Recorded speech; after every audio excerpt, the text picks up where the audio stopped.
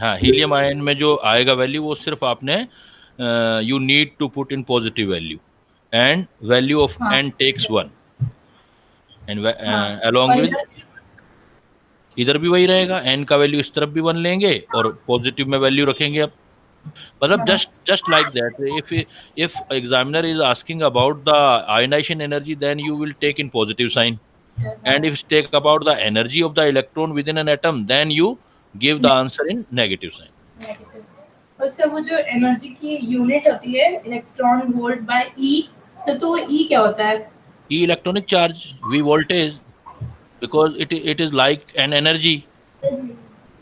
It अच्छा। is like an energy, so energy unit of the energy are various, like that, जैसे joule करते हैं, arc करते हैं, इलेक्ट्रॉन वोल्ट करते हैं। तो electron volt one is the unit of the sir energy. Electron volt by e है, वो ई क्या है? वो per electron, electron volt by e per electron energy है ना, because what are we doing, we are doing the calculation of energy of per electron with an atom, अच्छा। है ना।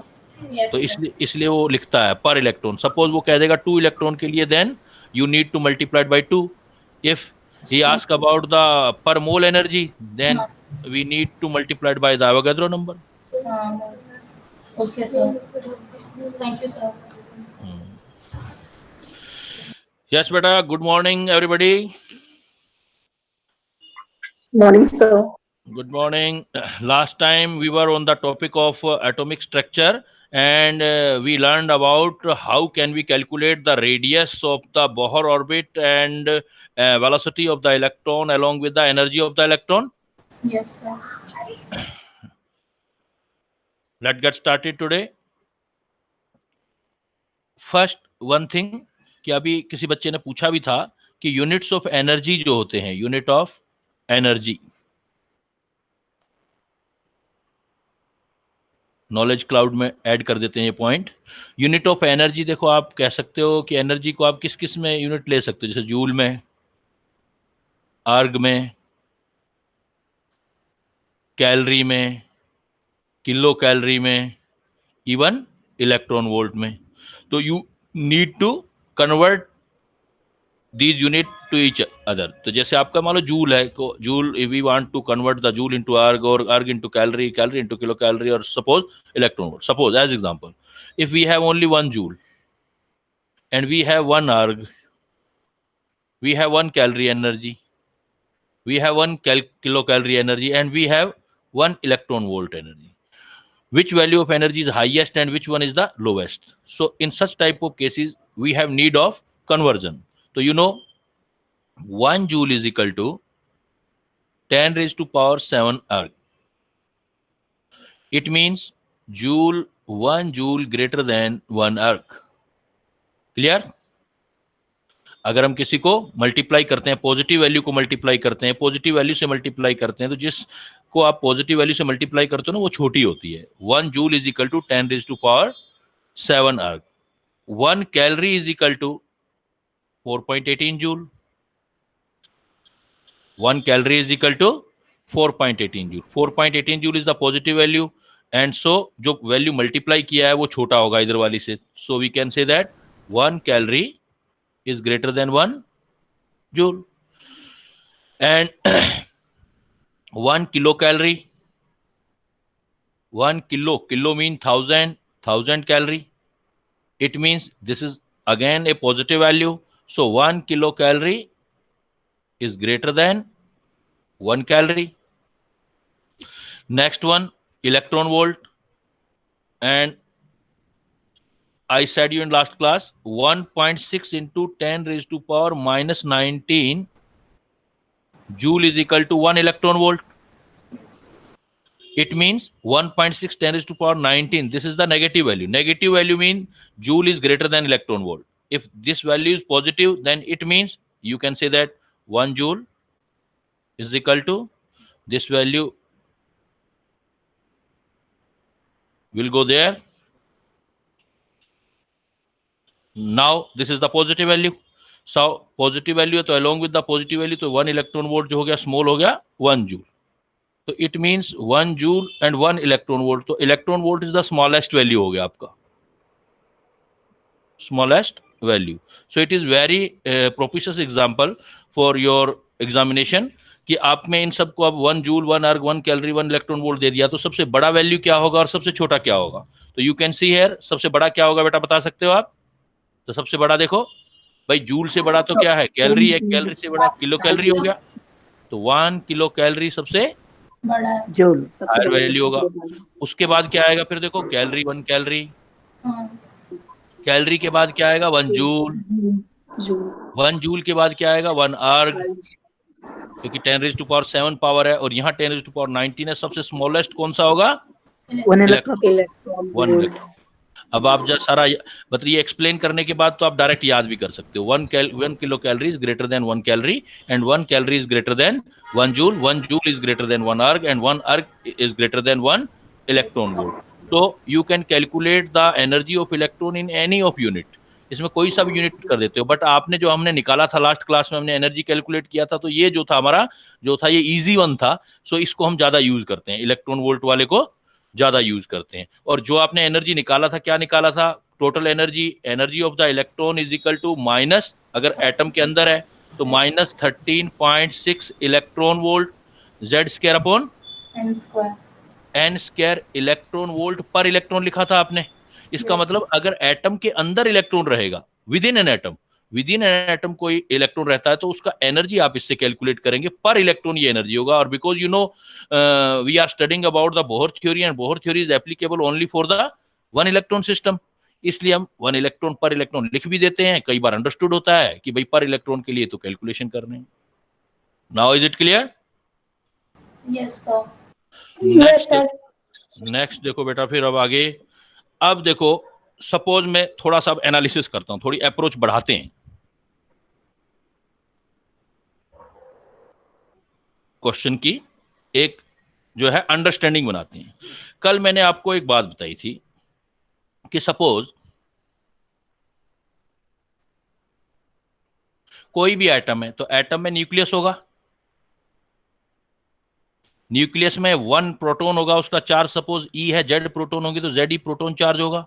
न्यूक्लियस से आगे जाएंगे तो किसी एटम में फर्स्ट ऑर्बिट होगा, suppose n is equal to 1, और सपोज कोई और ऑर्बिट होगा, जो भी होगा n is equal to X Y Z जो भी है, बट नॉट 1, 2, 3, 4 कुछ भी हो सकता है।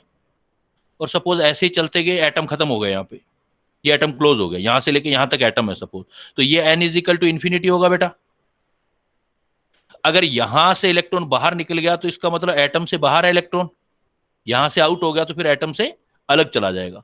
अब पॉइंट ये होता है कि सपोज इलेक्ट्रॉन यहां पर है, सपोज कुछ अंडरस्टैंडिंग की बातें कर रहे हैं, अगर सपोज इलेक्ट्रॉन यहां है बेटा, तो इस इलेक्ट्रॉन की एनर्जी क्या होगी? जो यहां की एनर्जी होगी, और वो एनर्जी कितना होगा? सपोज हम जो है किसी भी एटम के लिए डिसाइड कर रहे हैं, फॉर हाइड्रोजन देख रहे हैं सपोज, बिकॉज हमने हाइड्रोजन स्टडी किया था, तो you know what is the energy of first orbit of hydrogen? याद है आपको फर्स्ट ऑर्बिट की एनर्जी कितना होगा बेटा? मैंने कुछ याद करवाई थी आपको, सपोज फर्स्ट की minus 13.6 electron volt, minus 13.6 electron volt. अब सपोज हम क्या चाहते हैं, इस इलेक्ट्रॉन को यहां से निकाल करके और यहां ले जाना चाहते हैं, सपोज यहां पहुंचाना चाहते हैं इन्फिनिटी में।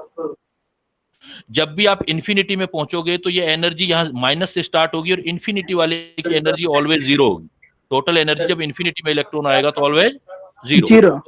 एक क्वेश्चन आपके लिए क्लियर हो गया कि अगर आपसे ये पूछा जाए किसी भी एटम में एनर्जी ऑफ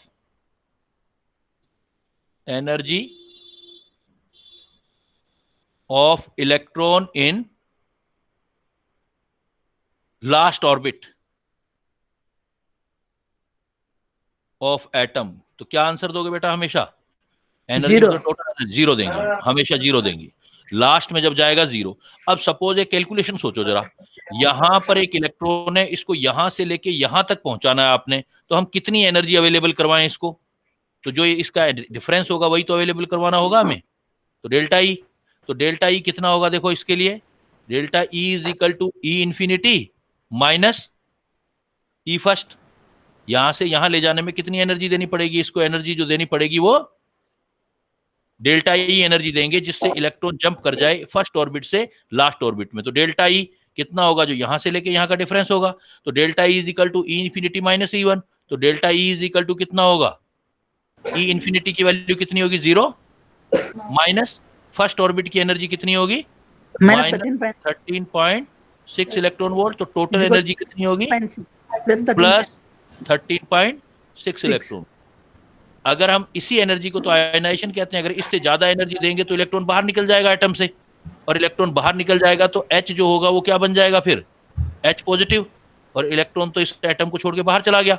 तो यहां तक पहुंचाने में जो लास्ट ऑर्बिट में पहुंचाने वाली एनर्जी होती है that is called ionisation energy, जो आपने कल किया था। लेकिन ये आयोनाइजेशन एनर्जी किसकी होगी हाइड्रोजन एटम की। सो अब पॉइंट ये आ गया कि मान लो मुझे किसी भी एटम को इन्फिनिटी पर पहुंचाना हो तो जो ऑर्बिट की एनर्जी है वही एनर्जी आएगी।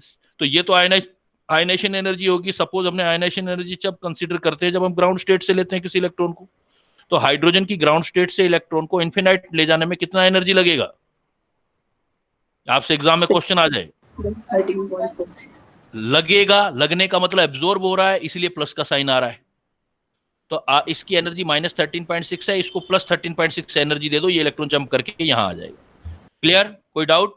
अब सपोज आपको मैं क्या कहता हूं, अब एक क्वेश्चन देता हूं मैं आपको। अच्छा, दूसरा भी क्लियर कर देते हैं।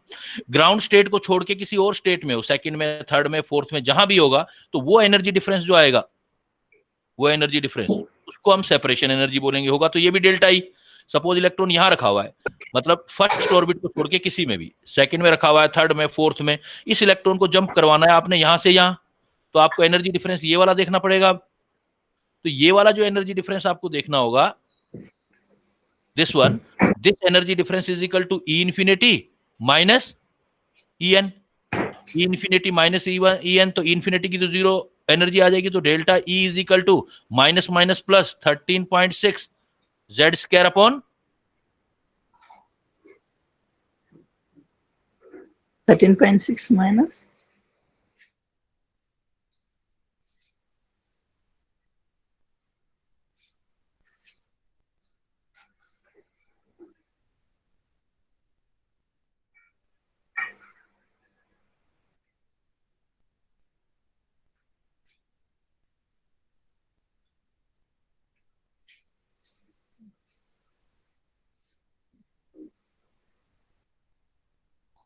किसी और इलेक्ट्रॉन को लेकर के इन्फिनिटी पे जंप कराते हैं, तो that is known as separation energy. इसलिए जब भी मैंने आपको यही बोला था कि आयनाइजेशन एनर्जी लेते हैं तो n is equal to 1 use करते हैं हम, इसलिए n इज इक्वल टू 1 किया था। अब सपोज, अब मेरे को सिंपल सिंपल क्वेश्चंस के आंसर देना आप। सर बीच में आप म्यूट हो गए थे, मे बी आप प्लीज रिपीट कर सकते हैं एक बार। अभी मैं दिख रहा हूं बेटा? Yes sir. हाँ, तो मैं ये कह रहा था कि अगर आप फर्स्ट ऑर्बिट में अगर इलेक्ट्रॉन होता है, फर्स्ट ऑर्बिट के इलेक्ट्रॉन को जंप करा के अगर इन्फिनिटी में ले जाते हो आप, तो वो होती है आयनाइजेशन एनर्जी फर्स्ट ऑर्बिट। इसलिए जब भी आयनाइजेशन एनर्जी होती है तो n is equal to 1 use करते हो। मान लो फर्स्ट ऑर्बिट में इलेक्ट्रॉन है, इसको आपको इन्फिनिटी में ले जाना है, तो कितनी एनर्जी देनी पड़ेगी? जो फर्स्ट ऑर्बिट की एनर्जी है वही तो देनी पड़ेगी 13.6। मान लो मैं कहता हूं कि हाइड्रोजन के सेकंड ऑर्बिट में कोई इलेक्ट्रॉन है, इसको जंप करा के इन्फिनिटी ले जाना है, तो कितना एनर्जी देना पड़ेगा हमें? जो सेकंड ऑर्बिट का एनर्जी होगा, यही तो करोगे। फर्स्ट से ले जाना है तो जो फर्स्ट का होगा वो प्लस में कर देना, सेकंड से ले जाना है तो जो सेकंड का होगा वो प्लस में कर देना। ये वाला तो जीरो है, तो डिफरेंस तो यही बना रहेगा जितना इसका होगा, बस साइन चेंज हो जाएगा। तो जैसे मैं आपसे एक सिंपल सा क्वेश्चन पूछूं, जैसे मेरा प्रॉब्लम सुनना। Suppose question is this, how much energy is required to jump of electron from ground state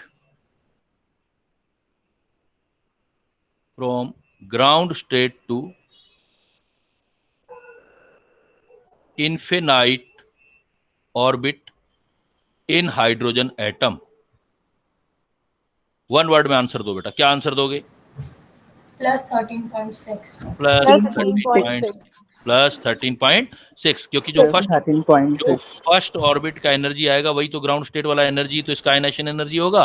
तो आंसर आ जाएगा, ये जो एनर्जी होगी एक्चुअली ये आयनेशन एनर्जी होगी, और that is equal two plus 13.6 electron volt. किसी को कोई डाउट? क्लियर है? सपोज मैं ये क्वेश्चन देता हूं, if 20 electron volt energy is given to an atom, बेटा बाकी एक बार म्यूट हो जाओ जब तक मैं कहूं, नहीं तो डिस्टरबेंस हो रहा है। If 20 electron volt energy is given to an atom of hydrogen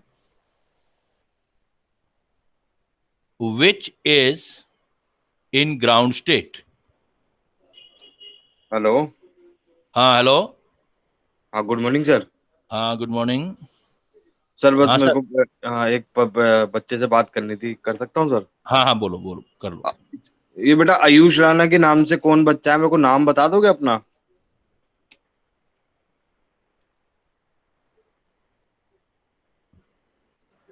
sir Ayush.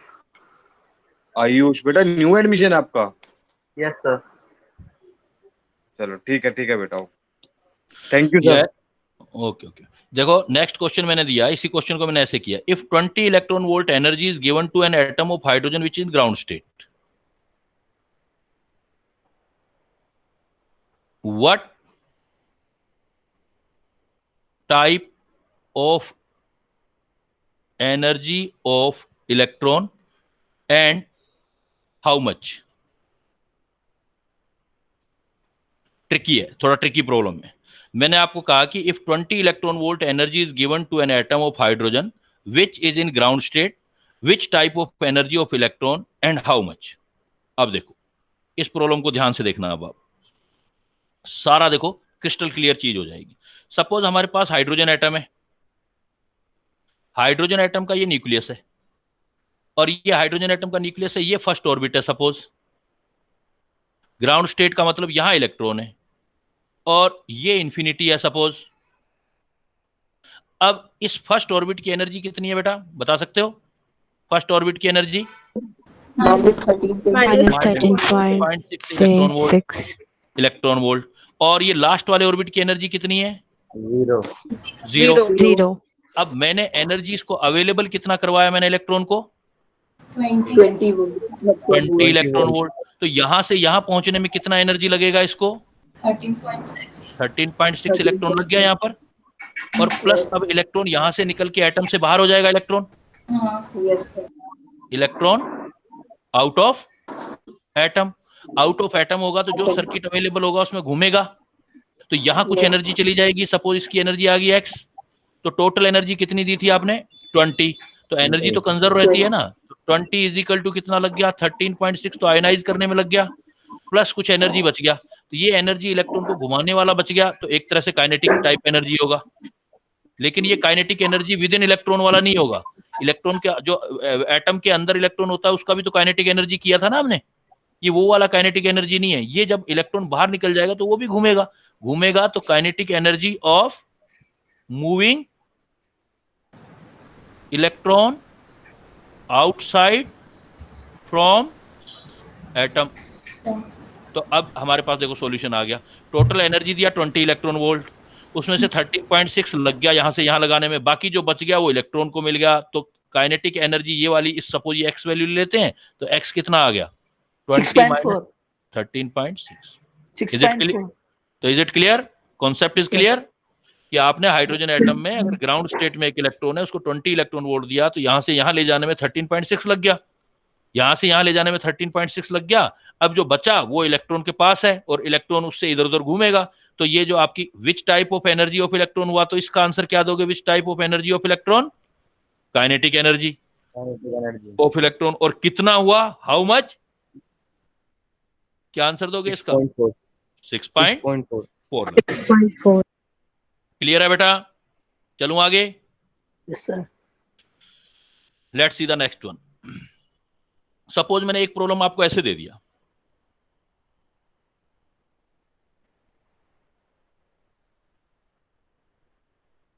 how much energy is required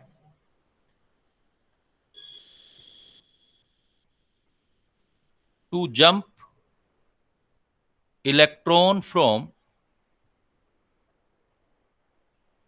first excited state to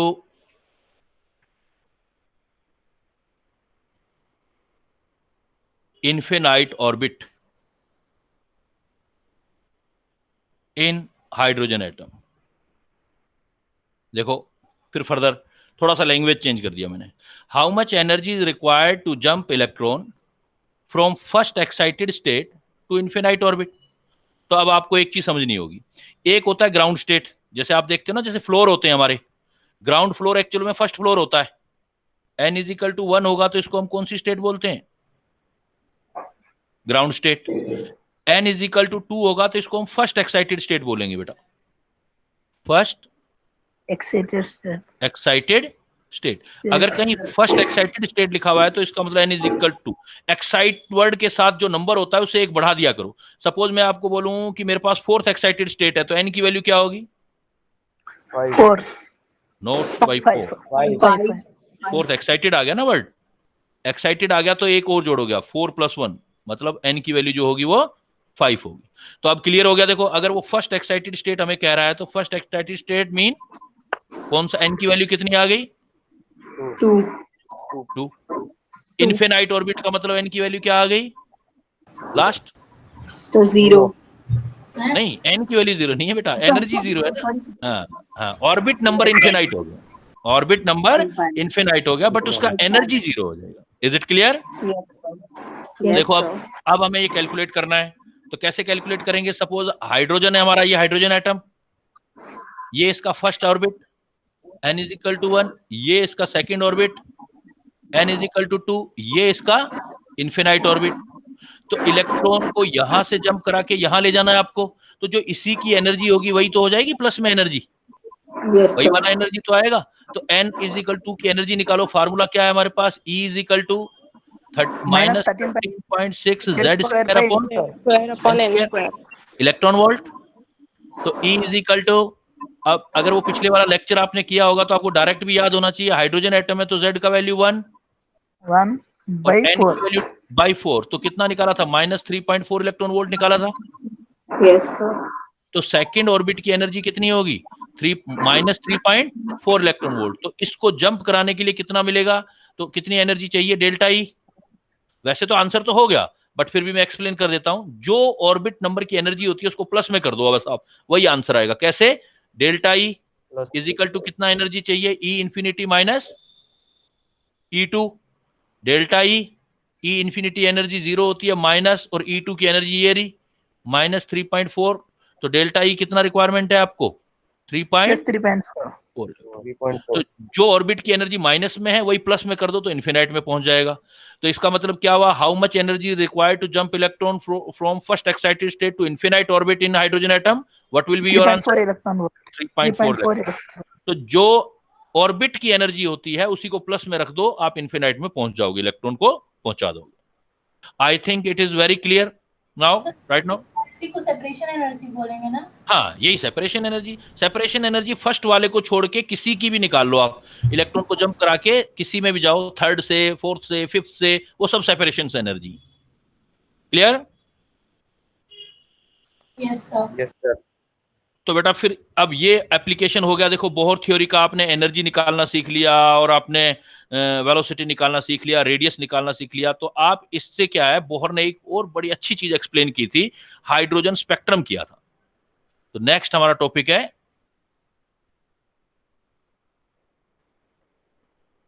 hydrogen spectrum.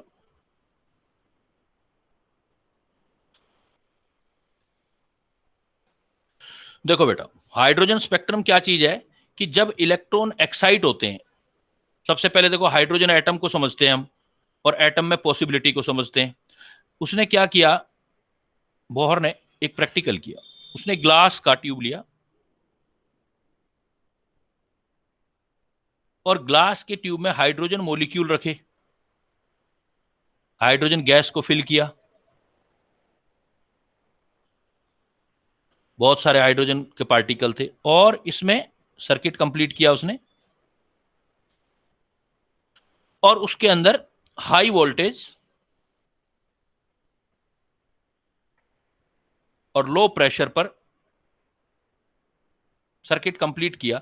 तो जैसे ही लो प्रेशर लगाया तो लो प्रेशर ने क्या करना स्टार्ट कर दिया, इन हाइड्रोजन जो आपके थे, इस हाइड्रोजन को एटम में कन्वर्ट करना स्टार्ट कर दिया। जैसे ये करेंगे तो अब होगा क्या कि अंदर वाले जितने भी हाइड्रोजन जो H2 थे वो पहले कन्वर्ट होने लगेंगे H में। तो अब हमारे पास ये सैंपल हो जाएगा हाइड्रोजन एटम। ऐसा करेंगे तो बहुत सारे हाइड्रोजन एटम बन जाएंगे। जब हाइड्रोजन एटम बनेंगे तो हर एक हाइड्रोजन एटम में एक एक इलेक्ट्रॉन है।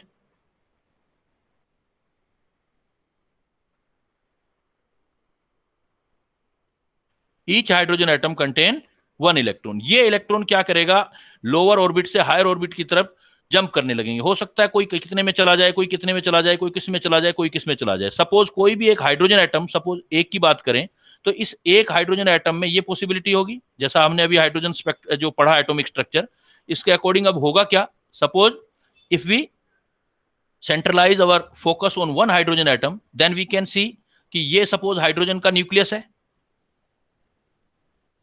न्यूक्लियस के बाहर ये सपोज आपका फर्स्ट ऑर्बिट है। सपोज एक हाइड्रोजन एटम की बात कर रहे हैं, ऑर्बिट नंबर 1, इसकी एनर्जी होगी E1। फिर आपका ऑर्बिट नंबर 2 आएगा, ऑर्बिट नंबर 2, तो इसकी एनर्जी हो जाएगी E2। आपने पिछली क्लास में देखा था जैसे जैसे ऊपर चलते जाओगे तो एनर्जी डिफरेंस कम होता जाएगा। ये सपोज ऑर्बिट नंबर 3, तो एनर्जी E3 हो जाएगी। Suppose orbit number 4, n is equal to 4, तो ये E4 हो जाएगा। n is equal to infinite तक जा सकते हो आप। अब क्या होगा कि इलेक्ट्रॉन सपोज पहले तो यहां था और इलेक्ट्रॉन इनिशियली ग्राउंड स्टेट में था, लेकिन आपने वोल्टेज अप्लाई की तो ये एक्साइट होकर कहीं भी चला गया, कहीं भी जा सकता है। किसी में सेकंड में चला गया, किसी में थर्ड में, किसी में फोर्थ, सपोज कहीं भी चला जाए, तो एक्साइट होकर के electron get excited in higher orbit. अब क्या होगा कि ये इलेक्ट्रॉन जब हायर ऑर्बिट में एक्साइट हो जाएगा, अब हायर से जब लोअर में वापस आएगा तो एनर्जी इमिट करेगा, फिर वो डी एक्साइट होगा एंड पहले ऊपर जाएगा, कहीं भी चला गया, फिर उससे वापस नीचे आएगा और कहीं भी आ सकता है नीचे, and on de excitation emit energy. मतलब ये एनर्जी कौन सी emit, in photon of particular wavelength. जैसा मैंने कल बताया था, सपोज जनरली हम क्या करते हैं कि कोई भी इलेक्ट्रॉन कहीं जंप कर गया, इधर ही कर लेते हैं, कल वाली बात है तो थोड़ा जल्दी भी समझ आ जाएगी। सपोज मैंने बोला ये न्यूक्लियस, सपोज एक स्टेट ले लेते हैं, ये लोअर एनर्जी लेवल था, यहां इलेक्ट्रॉन था, इलेक्ट्रॉन लोअर से हायर में चला गया और सपोज यहां चला गया। अब यहां जाने के बाद वो वापस जंप कर रहा है। इलेक्ट्रॉन जब इधर आएगा तो अपनी एनर्जी इमिट करेगा,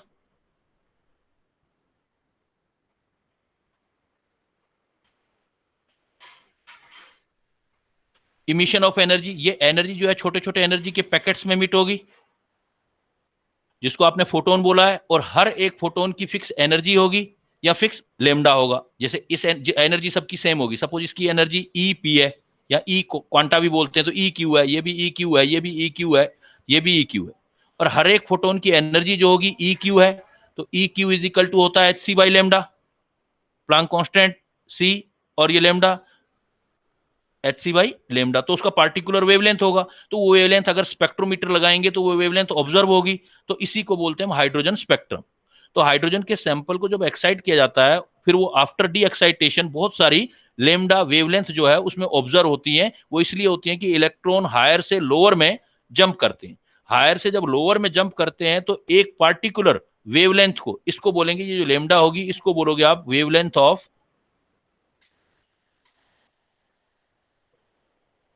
इमिटेड स्पेक्ट्रल लाइन। अब ये इमिटेड स्पेक्ट्रल लाइन जो लेमडा है ये आप कैलकुलेट कर सकते हो। अब 3-4 टाइप के क्वेश्चन बनाएंगे। आज का क्लास जो होगा we will focus, I will share with you the knowledge of hydrogen spectrum in today class. तो और यहां से एक पार्टिकुलर क्वेश्चन जनरली आता ही है। तो देखो अब ये वेवलेंथ ऑफ इमिटेड स्पेक्ट्रम है, तो पहला काम हम करते हैं केस फर्स्ट, यही सीखते हैं कि वेवलेंथ कैसे कैलकुलेट करेंगे। Calculation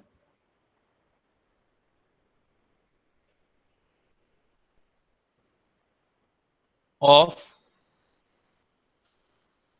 wavelength of spectral line,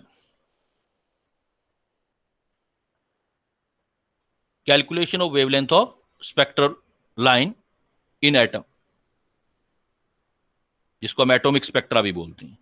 तो हम क्या करते हैं, इसके लिए पहले डेरिवेशन करते हैं। कैसे डेरिवेशन, थोड़ा सा कल की क्लास का नॉलेज काम आएगा। कुछ न्यू स्टूडेंट हो तो थोड़ा ध्यान देना, इवन मैं स्टार्ट तो करूंगा जीरो से, फिर भी थोड़ा सा फोकस कर लेना। सपोज ये हमारे पास किसी भी एटम में लोअर एनर्जी लेवल है, इसको मैंने लिख दिया EL, और ये मेरे पास हायर एनर्जी लेवल है, इसको मैंने बेटा लिख दिया EH। EL का मतलब मैं क्या लिख रहा हूं, लोअर या एनर्जी ऑफ लोअर ऑर्बिट या lower energy level, energy of lower energy level. और EH जो H लिख दिया है, H का मतलब मैंने कर दिया energy of higher energy level. अब इलेक्ट्रॉन सपोज यहां था, यहां से या कहीं से भी आया और यहां चला गया, और यहां जाने के बाद वापस आया, कहीं भी आया, सपोज हायर से लोअर में आया, तो एनर्जी को इमिट किया, तो इसकी एनर्जी जो होगी इन दोनों के डिफरेंस के बराबर होगी, तो डेल्टा E। अब देखो delta E is equal to जो डिफरेंस होगा एनर्जी का, वो होगा E higher minus E lower. कोई डाउट नहीं है इसमें, delta E is equal to E higher minus E lower, equation number first. From last class you know, किसी की भी एनर्जी कैसे निकालते हो आप, मैं थोड़ा रिपीट कर देता हूं जैसे आप बच्चों को भी याद हो जाए, नए वाले स्टूडेंट को भी हो जाए। किसी भी इलेक्ट्रॉन की अगर विद इन एन एटम होता है तो उसकी एनर्जी का फार्मूला, एक्सप्रेशन जो होता है वो याद करना है आपने। तो वो होता है, मैंने कल बताया था, -12 kZe²/r।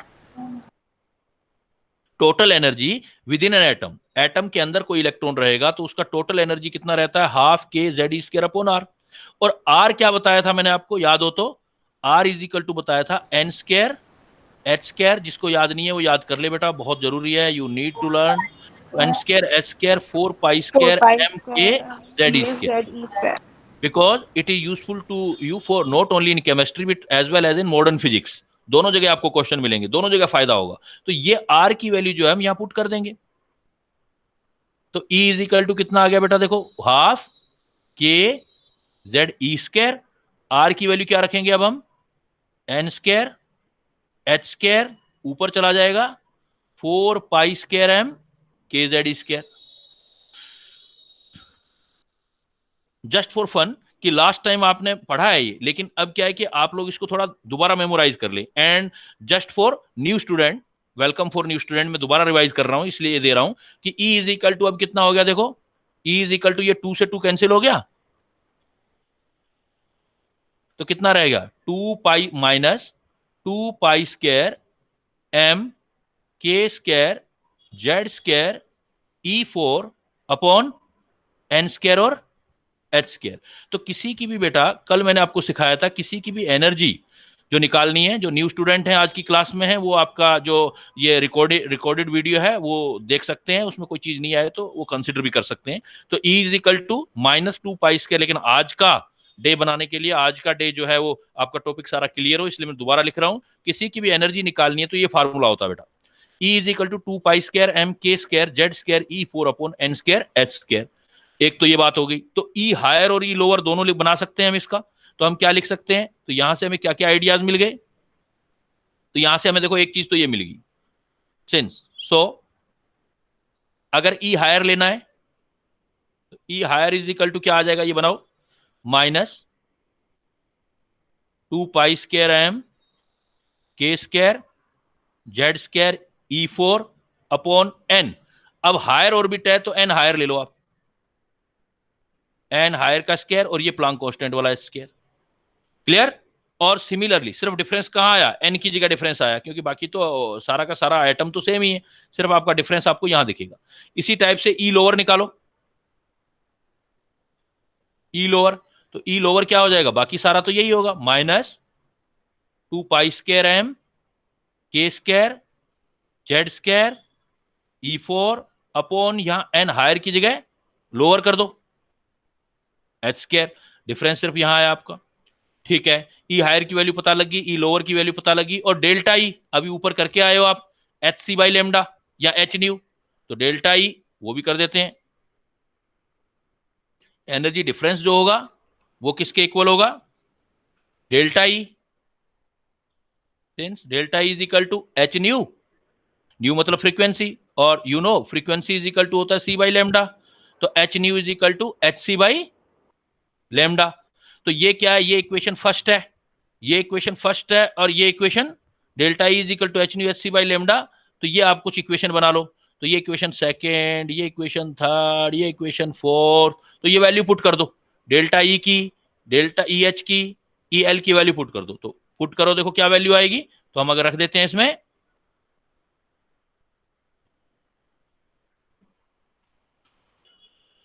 पुटिंग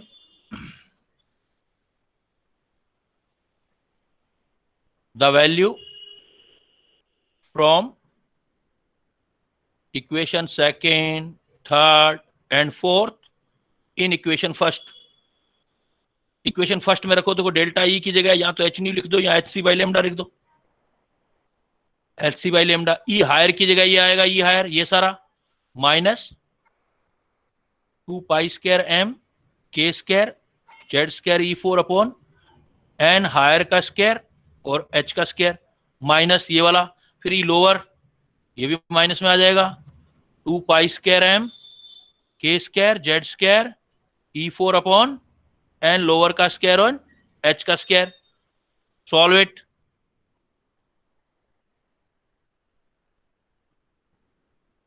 तो इसमें क्या कर लेंगे, जब आप सोल्व करेंगे तो माइनस माइनस प्लस ये आगे आ जाएगा, और कॉमन वाला बाहर निकाल लेते हैं, h c by lambda is equal to, common जो है वो बाहर करो, 2 पाई स्क्वायर m के square Z square E4 upon h square, ये बाहर हो गया, तो अंदर किस क्या रह गया, माइनस माइनस प्लस, तो 1 अपॉन एन लोअर का स्क्वायर, और ये वाला -1 अपॉन एन हायर का स्क्वायर। अब एच सी को भी इधर ले आओ, तो ये 1 बाई लेमडा हो जाएगा आपका, तो 1 by lambda is equal to 2 pi square m के square Z square E4 upon c h इधर आ जाएगा, तो सी एच का क्यूब, 1 अपॉन एन लोअर का स्क्वायर -1 अपॉन एन हायर का स्क्वायर। अब ये सारे कांस्टेंट है, देखो ये जितनी वैल्यू है कांस्टेंट है, अगर इस कांस्टेंट वैल्यू में z को छोड़ करके ये सारी वैल्यू है, तो इससे कांस्टेंट वैल्यू आ जाती है, इसी को हम रिडबर्ग कांस्टेंट फॉर हाइड्रोजन बोलते हैं, 2 पाई स्क्वायर m के square E4 upon c h q is equal to R H, मतलब रिडबर्ग कांस्टेंट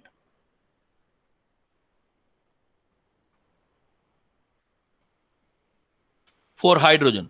प्रैक्टिकली आप जब नोमेरिकल करो तो वैसे तो गिवन होगी वैल्यू, फिर भी अगर आपको कभी गिवन ना हो तो सिंपल वैल्यू ये यूज कर लिया करो, 10,9,7,0,0 सेंटीमीटर इनवर्स। वैसे तो 677 होता है, इजी के लिए बोलता हूं, अप्रोक्सीमेट याद करना हो तो 10,9,7,0,0, बट ऑलवेज जो मैंने देखा है कि आपको गिवन होता है, लेकिन क्वेश्चन आपका ये नहीं आएगा कि ये वैल्यू कितनी होती है, आपका क्वेश्चन कभी भी ये नहीं रहेगा कि रिडबर्ग कांस्टेंट का वैल्यू कितना है आपका, लेकिन ये रहेगा कि एक्सप्रेशन क्या है, what is the expression of Rydberg constant. So you need to learn this formula, it is must for you, RH Rydberg constant for hydrogen, so Rydberg constant for hydrogen is equal to 2 pi square m k square E4 upon CH3, it is important for you। And अगर Rydberg constant for hydrogen की बजाय for other atom पूछे तो Z भी लगा देना, ये वाला Z का स्केयर कर देना, ये तो आप ये भी कर सकते हो।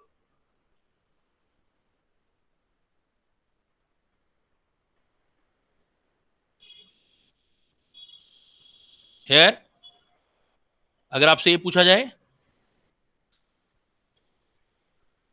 Rydberg constant for atom other than hydrogen, तो बेटा ये RH तो आएगा ही, Z और कर देना तो वो आ जाएगा जो R की वैल्यू होगी, वो RH मत लिखना क्योंकि हाइड्रोजन के लिए तो है नहीं। RH is equal to RH into Z square, RH को जेड स्केयर से मल्टीप्लाई कर देना तो वैल्यू आ जाएगी। जैसे मान लो हाइड्रोजन के लिए छोड़ के हीलियम के लिए, हीलियम आयन, लिथियम आयन, उनके लिए पूछेगा तो Z का स्क्वायर और मल्टीप्लाई कर देंगे। अब ये क्वेश्चनिंग है आपकी, इसलिए मैं फोकस कर रहा हूं इस पर। ये तो मुझे पता है, अब आपको इस फार्मूले मुझे ज्यादा कुछ करवाने की जरूरत नहीं है, आपने काफी बार कर रखा होगा। 1/λ is equal to R hydrogen वाला, R Z स्क्वायर, कोई और हो तो R Z स्क्वायर कर देना, हाइड्रोजन हो तो Z की वैल्यू अपने आप 1 आ जाएगी, और 1/n lower square minus n upon higher square.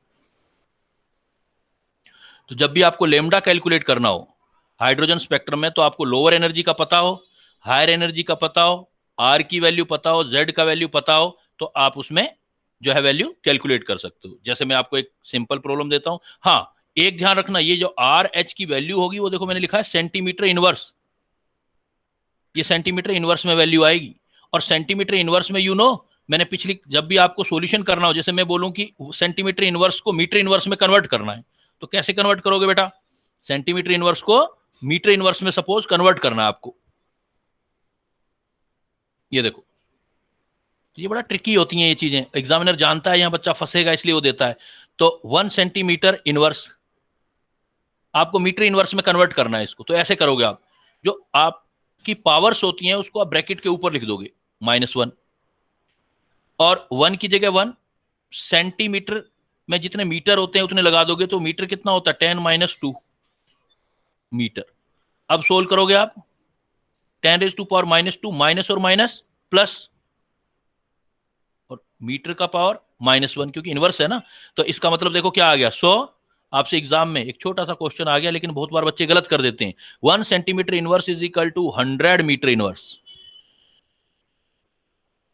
ऐसा यूनिट होगा तो मीटर इनवर्स होगा। तो आपको लेमडा का ध्यान रखना है, लेमडा आप सेंटीमीटर इनवर्स में निकालोगे, फिर आप एंगस्ट्रोम में चेंज करोगे। यहां आर की वैल्यू सेंटीमीटर इनवर्स में है। जैसे सपोज मैं एक प्रॉब्लम दे रहा हूं, तो लास्ट तो बिल्कुल देखो नेट रिजल्ट तो बहुत छोटा सा बन गया। जब भी आपको वेवलेंथ निकालना है 1/λ is equal to R Z square 1 upon lower energy square minus 1 upon higher energy square. जैसे एक प्रॉब्लम बनाओ,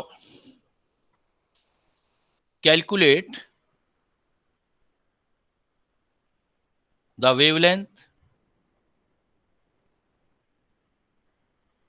of spectral line in hydrogen atom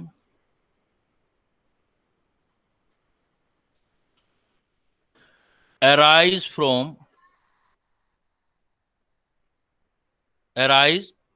from transition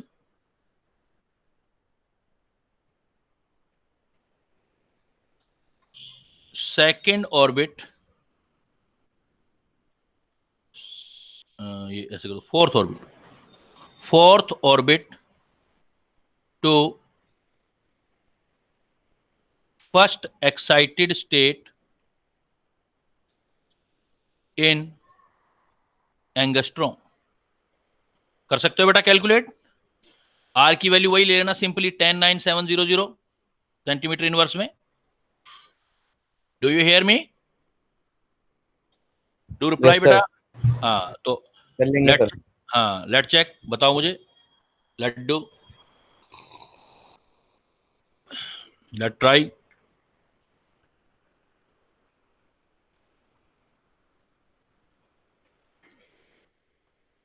बताते जाओ। N1 की वैल्यू क्या रखोगे?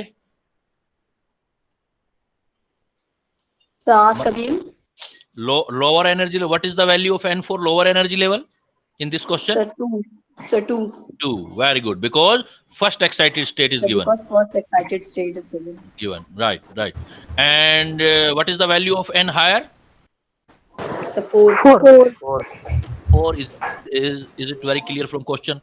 And second, what is the value of Z? So Z, so 1.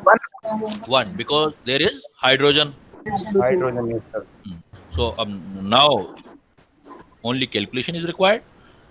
R 10 9 7 0 0 Z1 Well, 1 by lower energy level 2 higher 4 -4.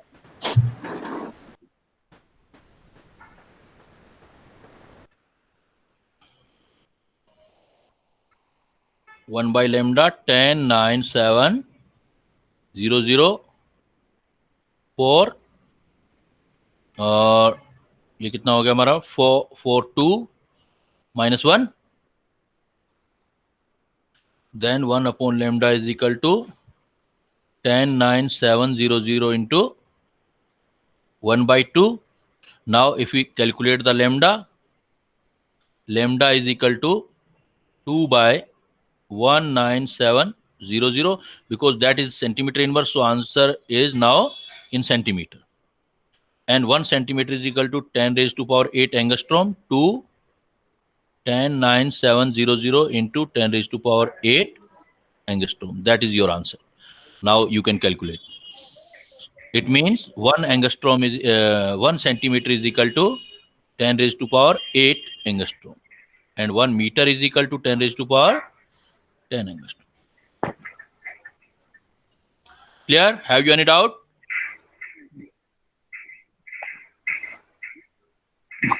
No, sir. Can I go through So further? wait.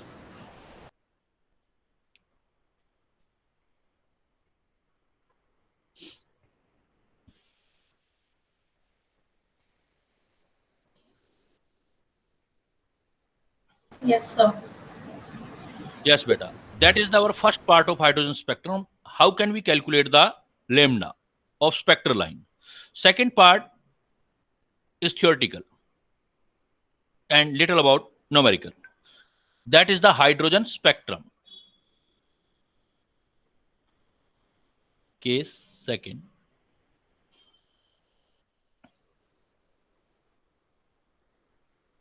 Hydrogen spectrum contain different series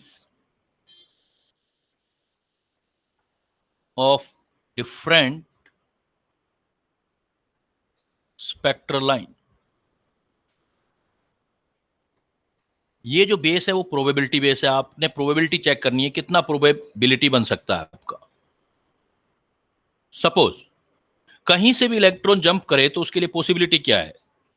higher से कहीं से भी jump करेगा तो first में आ सकता है. तो इस हिसाब से हमने क्या उसको हमने नाम दिया है सीरीज. किस बेस पर? ट्रांजिशन के बेस पर.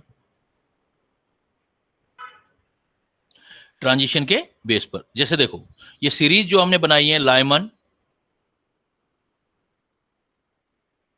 का मतलब कहीं से भी इलेक्ट्रॉन अगर लोअर एनर्जी लेवल फर्स्ट में जंप करता है, फर्स्ट में कहीं से भी आए, ट्रांजिशन लोअर फर्स्ट आए, और ये कहां से आ सकता है? Higher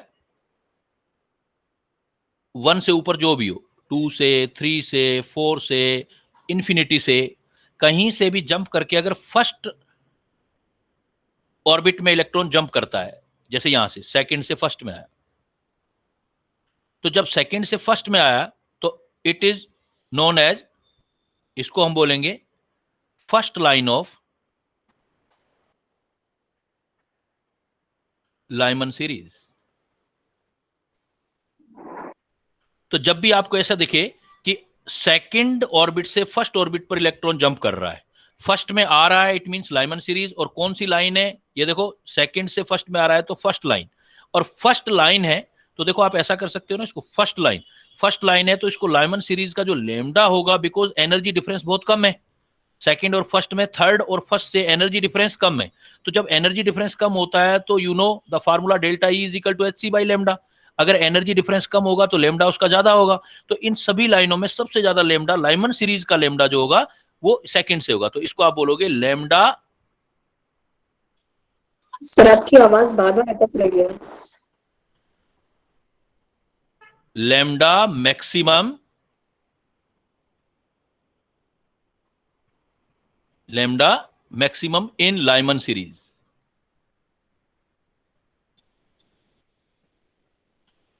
lambda maximum in Lyman series. क्या सभी बच्चों को प्रॉब्लम आ रहा है क्या वॉइस वाला? No sir. हाँ बेटा, वो नेटवर्क का थोड़ा चेक कर लो, हाँ इटसेल्फ चेक कर लो, नो इश्यू। देखो इसका मतलब क्या है कि अगर हमारी सीरीज लाइमन है, समझ गए लाइमन सीरीज क्या होता है? कहीं से भी इलेक्ट्रॉन जंप करके कौन से ऑर्बिट में आए? फर्स्ट में, तो लाइमन सीरीज। अब फर्स्ट में कहां कहां से आ सकता है? देखो बेटा, सेकंड से फर्स्ट में आ सकता है, थर्ड से फर्स्ट में आ सकता है, फोर्थ से फर्स्ट में आ सकता है, इवन इंफिनिटी से फर्स्ट में आ सकता है। जब भी सेकंड से फर्स्ट में आएगा that is the first line of Lyman series. और जो फर्स्ट लाइन होगी, बिकॉज ये बिल्कुल क्लोज है तो एनर्जी डिफरेंस सबसे कम है। जब एनर्जी डिफरेंस कम होता है तो लेमडा ज्यादा होता है, तो लाइमन सीरीज का ये लेमडा मैक्सिमम है, lambda maximum for Lyman series. या इसको हम अल्फा लाइन भी बोलते हैं, फर्स्ट लाइन को इसका नाम एक और भी बोलते हैं, और alpha line of Lyman series. अब देखो जरा, मैं कुछ चीजें रिपीट कर रहा हूं। अगर आप प्रॉब्लम में ये देखते हो alpha line of Lyman series, तो लाइमन सीरीज देखते ही क्या समझ जाओगे? क्या लिखना है आपको? लाइमन सीरीज वर्ड आते ही इसका मतलब लोअर एनर्जी लेवल फर्स्ट लेना है बेटा आपने। लाइमन सीरीज आते ही क्या लेना है? Lower energy level first. और अल्फा लाइन मतलब फर्स्ट लाइन है तो हायर एनर्जी लेवल सेकंड लेना है। सपोज मैंने ऐसे बोल दिया कि थर्ड से फर्स्ट में जंप करना है आपको, थर्ड से फर्स्ट, तो बताओ इसको बेटा कौन सी लाइन बोलोगे? यस, अगर थर्ड से फर्स्ट में जाएगा तो कौन सी लाइन बोलोगे इसको? Second line Lyman. Second line बेटा, सेकंड लाइन। फर्स्ट लाइन तो यहां से हुई ना, इसको बोलोगे सेकंड लाइन। और बाल्मर सेकंड लाइन, बामर नहीं बेटा, अभी जो बता रहा हूं सिर्फ वो करते जाओ। Second line of Lyman series. Second line का दूसरा नाम होगा बीटा लाइन। लाइमन सीरीज की बात कर रहे हैं सिर्फ अभी। अगर मैं आपको बोलूं कि लाइमन सीरीज की थर्ड लाइन है तो कहां से कहां जंप करोगे? फोर्थ से फर्स्ट में जंप करोगे, फोर्थ से फर्स्ट में जंप करोगे। और अगर मैं बोलूं लास्ट लाइन है तो कहां से जंप करोगे? Infinity से first. हाँ, इन्फिनाइट। लेकिन लाइमन के लिए अभी सिर्फ बात किसकी चल रही है? लाइमन की। तो इसका मतलब लाइमन सीरीज की अगर लास्ट लाइन देखूंगा मैं तो लास्ट ये होगी, यहां जंप करोगे तो इसको क्या बोलोगे आप? लास्ट, या टर्मिनल भी बोल देते हैं, last line, terminal line of Lyman series. अब बेटा एक बात है यहां पर, अगर ये लास्ट लाइन है तो एनर्जी गैप तो सबसे ज्यादा हो गया इन सब में, एनर्जी गैप सबसे ज्यादा हो गया, तो इसको आप लेमडा मिनिमम भी बोल सकते हो, lambda minimum in Lyman series. अब जरा जल्दी से बता दो लाइमन सीरीज के लिए अगर लेमडा मैक्सिमम बनाना है तो कहां से कहां जंप करूंगा? Lambda maximum sir first line से So second से first. मतलब two से हाँ, बिल्कुल करेक्ट आंसर है। सेकंड से फर्स्ट बोलोगे, फर्स्ट तो आना ही है आपको, सेकंड से फर्स्ट। और अगर मैं बोलूं lambda minimum in Lyman series तो क्या बोलोगे? Infinity to first. अगर मैं बोलूं Infinity to first. अगर मैं बोलूं गामा लाइन तो कहां से कहां जंप करोगे? और से। वेरी गुड, बिकॉज अल्फा ये, बीटा ये, गामा ये, ऐसे करके चल लेंगे। सिमिलरली अब ये जो आपका हुआ लाइमन सीरीज, लाइमन सीरीज के बाद दूसरी सेकंड होती है। अगर आप सेकंड ऑर्बिट में कहीं से भी जंप करते हो आप, तो वो बामर सीरीज होती है।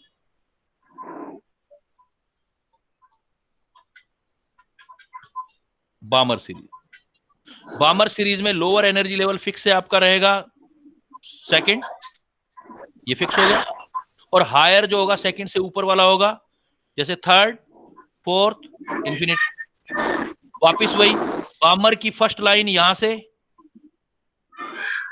फर्स्ट या अल्फा, और लास्ट लाइन ये सेकंड लाइन यहां से, सेकंड और बीटा, और ये लाइन लास्ट लाइन यहां से, फर्स्ट लाइन। अब मैं मान लो आपको ये बोल देता हूं कि जैसे एज एग्जांपल मैं आपको ये बोल देता हूं कि lambda minimum in Balmer series, तो कहां से कहां जंप करोगे जरा बोलो? सर इन्फिनिटी तो इन्फिनाइट मतलब हायर एनर्जी लेवल, लोअर बामर आ गया तो लोअर तो कितना लोगे हमेशा, सेकंड, और हायर कितना लोगे, इन्फिनाइट। मिनिमम है तो दूर चले जाओ। अगर इसी को लेमडा मैक्सिमम कहो in Balmer series, lambda maximum in Balmer series, तो समझ गए लोअर कितना होगा, बामर है तो फिक्स है 2 ही रहेगा, बामर है तो, और हायर कितना होगा 3। क्लियर। तो अल्टीमेटली अब मैं इसको आपको शॉर्टकट में बताता हूं कि आपके पास कभी भी अगर स्पेक्ट्रम आ जाए, इट मीन स्पेक्ट्रम आ जाए तो आपके पास सीरीज जो होगी वो लाइमन। जब भी लाइमन सीरीज होगी तो लोअर एनर्जी लेवल जो होगा 1, बामर, बामर में लोअर एनर्जी लेवल फिक्स है सेकंड, पाशन, पाशन में lower energy level third, Lyman Balmer Paschen Brackett, lower energy level fourth, Lyman Balmer Paschen Brackett Pfund, P silent रहता है जैसे pneumonia में silent रहता है, फंड सीरीज। तो इसका लोअर एनर्जी लेवल रहेगा आपका fifth, Humphry, Lyman Balmer Paschen Brackett fund Humphry. इसका बेटा लोअर एनर्जी लेवल रहेगा 6। हायर एनर्जी लेवल क्या होंगे, यहां पर 1 से ऊपर कोई भी, ग्रेटर देन 1, ग्रेटर देन 1, तो 1 से ग्रेटर सारे ही आगे 2 3 4 5। यहां जो हायर होगा वो ग्रेटर देन 2, यहां जो हायर होगा वो ग्रेटर देन 3, यहां जो हायर होगा वो ग्रेटर देन 4, यहां जो हायर होगा वो ग्रेटर देन 5, यहां जो हायर होगा वो ग्रेटर देन 6। अब इसमें जो ये तो आ गई सीरीज, जो लाइमन मिलेगा इसकी लेमडा कभी भी निकालोगे, वेवलेंथ निकालोगे जब आप, यहां लिख देता हूं लेमडा, वो हमेशा जिस रेंज में आएगी उसको बोलेंगे ultra violet UV range. Lyman series में जो भी लाइन बनेगी वो यूवी रेंज में बनेगी, बामर में जो भी बनेगी वो विजिबल रेंज में बनेगी, विजिबल। पाशन और ब्रैकेट में जो बनेगी, अब इससे सारी आईआर है इंफ्रारेड, पाशन और ये जो है इसको नियर आईआर बोलते हैं, नियर इंफ्रारेड, और फंड और हम्फ्री जो बनेंगी वो फार आईआर बनेंगी।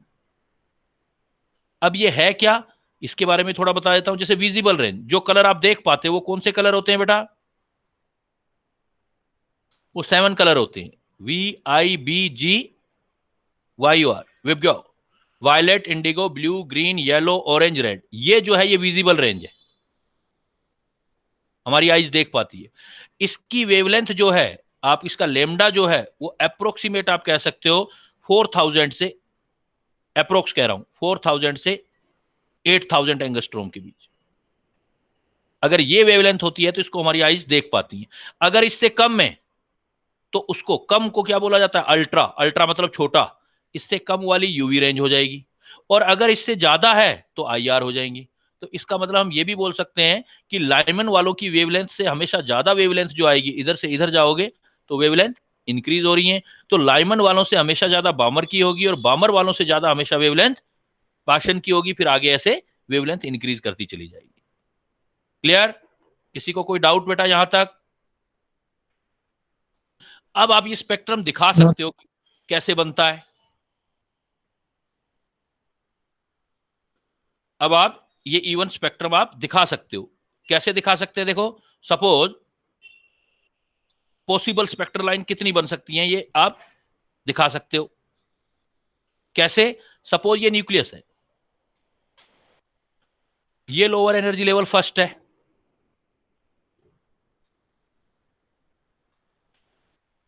ये सेकंड है, ये थर्ड है, ये सपोज फोर्थ है, और एनर्जी डिफरेंस देखो कम होता जाता है, ये 5 है, ये 6 है, और इंफिनिटी है,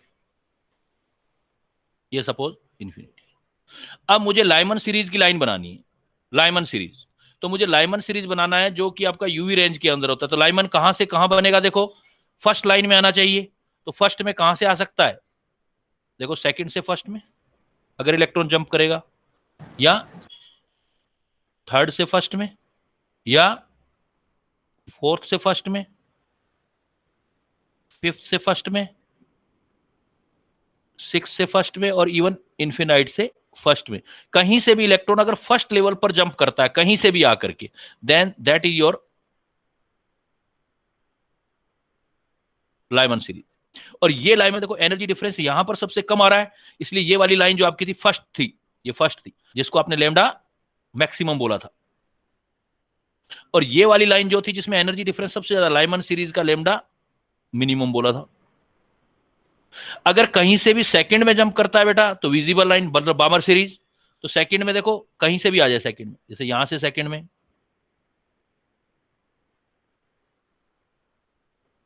कहीं से भी इलेक्ट्रॉन जंप करके जितनी प्रोबेबिलिटी बन सकती है बनाओ, तो ये सारी आपकी बामर सीरीज आ जाएगी। ये विजिबल रेंज वाली, ये यूवी वाली थी, ये विजिबल, तो विजिबल वर्ड भी आ जाए तो बामर सीरीज समझ जाना आपने। और इसकी भी ये फर्स्ट लाइन, फिर सेकंड, थर्ड, फोर्थ, ऐसे और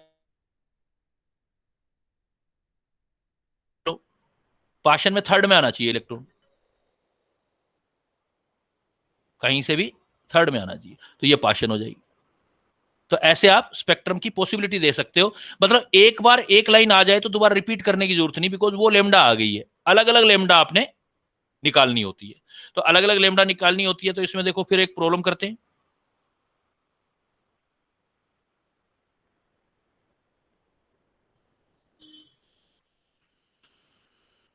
suppose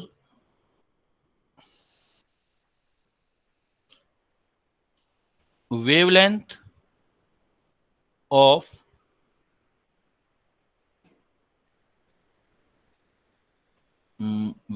lambda maximum, lambda minimum wavelength of Lyman series of He positive ion is x angstrom. Then calculate the wavelength of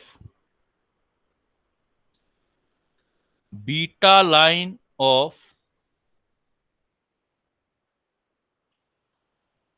visible range, beta line of visible range in hydrogen atom. अब ये ध्यान रखना, जो मैंने ऊपर वाला spectrum बनाया वो हाइड्रोजन का है। हाइड्रोजन का विजिबल रेंज जो है वो सेकंड होगा बामर सीरीज। इसका मतलब ये नहीं कि हर किसी की बामर सीरीज जो है वो विजिबल रेंज में आएगी। It should be keeped in mind बेटा, कि मान लो मैंने ऊपर आपको बात किया, पिछले साल क्वेश्चन आया, पिछले दिनों मैंने एक जगह क्वेश्चन देखा है ये कहीं, तो मैंने क्या बोला है कि अगर आपकी बामर सीरीज ये हाइड्रोजन के लिए है, ओनली फॉर हाइड्रोजन, ये वाली बात, कि हाइड्रोजन के अंदर अगर मैं विजिबल रेंज बोलूं तो बामर सीरीज है, क्योंकि इसकी वेवलेंथ इस रेंज में आती है। अगर मैं ये हाइड्रोजन की बजाय हीलियम या लिथियम करूंगा तो उसका ये वाला विजिबल रेंज नहीं होगा बामर वाला, फिर वो चेक करना पड़ेगा। जिसकी वेवलेंथ 4000 से 8000 आएगी वही आएगा। तो ये जो वर्ड पढ़े हैं हमने, ये ओनली फॉर किसके लिए हमारे पास, रेंज वाले। ये ठीक है, ये हाँ, लाइमन, बामर, पाशन नाम ठीक है, ये किसी के भी हो सकते हैं, लेकिन इनकी रेंज, जो लाइमन का अल्ट्रावायलेट पढ़ा है तो लाइमन का अल्ट्रावायलेट हाइड्रोजन के लिए है, क्योंकि आप हीलियम के लिए निकालोगे तो ये वेवलेंथ चेंज हो जाएगा। चेंज हो जाएगा तो हो सकता है यूवी में ना आए, किसी और जगह चला जाए, वो तो रेंज पर डिपेंड करेगा। क्योंकि हाइड्रोजन का जो बामर सीरीज में स्पेक्ट्रम आता है 4000 से 8000 के बीच आता है, that's why it is known as visible. तो अपने क्वेश्चन पे आते हैं वापस। Suppose lambda minimum wavelength of Lyman series of helium is x angstrom, then calculate the wavelength of beta line of visible range in hydrogen atom. Then how can we calculate? देखो इसके लिए मैं बताता हूं आपको कैसे करना। आपके पास दो इंफॉर्मेशन है तो दोनों लिख लो। पहला किसके बारे में इंफॉर्मेशन में लिखो, वो पहले ये, पहले इसको सोल्व करवाओ। First we have lambda minimum for of Lyman series of helium. अब इससे क्या क्या पता लगता है वो लिखते जाओ। पहले देखो, अगर हीलियम है तो हमें Z पता लग गया, एटॉमिक नंबर हो जाएगा, हाइड्रोजन का 1 होता है, हीलियम का 2। लाइमन सीरीज है तो ये क्लियर हो गया कि लोअर एनर्जी लेवल फिक्स हो गया, लोअर एनर्जी लेवल हो गया हमारे पास फर्स्ट। लेमडा मिनिमम है, लाइमन सीरीज का लेमडा मिनिमम मतलब डिस्टेंस मैक्सिमम, तो एन हायर कितना हो जाएगा बेटा? इन्फिनिटी। बिल्कुल सही है। यहां से हम इसकी वेवलेंथ निकाल लेते हैं। फार्मूला क्या है हमारे पास? 1 upon lambda R Z square, 1 upon lower energy square और अपॉन हाई। तो अगर एक तो ये चीज होगी, दूसरी चीज निकालना क्या चाहते हैं? लेमडा बीटा लाइन का of visible range in hydrogen. तो हाइड्रोजन आ गया तो इसके Z की वैल्यू आ गई 1। विजिबल रेंज है तो बामर सीरीज हो गया हाइड्रोजन के केस में, तो इसके लिए n lower energy level fix होगी 2। और बीटा लाइन है तो थर्ड फोर्थ। बीटा लाइन है तो कितना बनेगा? क्योंकि हायर क्या हो सकता था? हायर हो सकता था 3, 4, 5 इंफिनिटी, लेकिन ये सब कैंसिल हो जाएंगे, हमें तो बीटा चाहिए तो ये सिलेक्ट करना होगा, तो हायर हो जाएगा 4।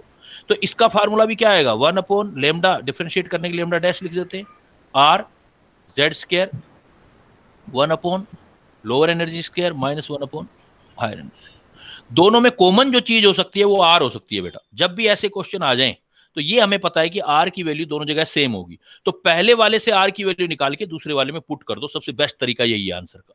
तो पहले वाले से आर निकाल लेते हैं।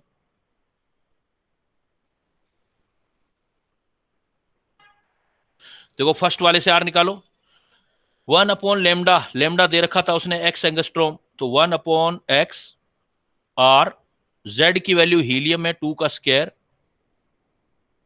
लोअर एनर्जी लेवल का स्क्वायर 1 है, हायर का एनर्जी स्क्वायर 1 का स्क्वायर 1 ही रहेगा, हायर इंफिनिटी है तो किसी चीज को इंफिनिटी से डिवाइड करोगे तो 1 अपॉन एक्स वो 0 हो जाएगा, आर 4। तो आर की वैल्यू कैलकुलेट कर लो यहां से, आर इज इक्वल टू क्या आ गया? 1 अपॉन 4x। कोई डाउट किसी को बेटा? यहां पर मैंने सिर्फ वैल्यू पुट की है, तो आर की वैल्यू निकाल ली 4x, 1 अपॉन 4x। आर का वैल्यू आ गया 1 अपॉन 4x। ये वैल्यू अब इधर पुट कर देते हैं। देखो इतनी लंबी प्रॉब्लम इजीली सॉर्ट आउट हो जाएगी। 1 अपॉन लेमडा डैश, आर की वैल्यू आपने इधर से निकाल ली 1 अपॉन 4x। जेड हाइड्रोजन है 1 हो जाएगा, लोअर एनर्जी का स्क्वायर, लोअर कितना है देखो, ये रहा 2, विजिबल है 2 का स्क्वायर 4। हायर देखो कितना है, 4 है, 4 का square 16। 1 upon lambda dash 1 upon 4x, बाकी तो सिर्फ कैलकुलेशन रह गई। 16 इंटू 4, 16 माइनस 4, कैलकुलेट कर लो। एलसीएम डायरेक्ट यूज कर लिया, मैं काटा पीटी बाद में करते रहेंगे। तो 1 upon lambda dash is equal to 1 upon 4x, तो ये कितना आ गया देखो बेटा 12।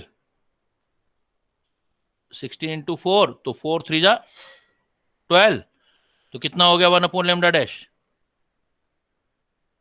3 अपॉन 64। x कैंसिल तो नहीं हो रहा है, तो लेमडा की वैल्यू निकालो आप। तो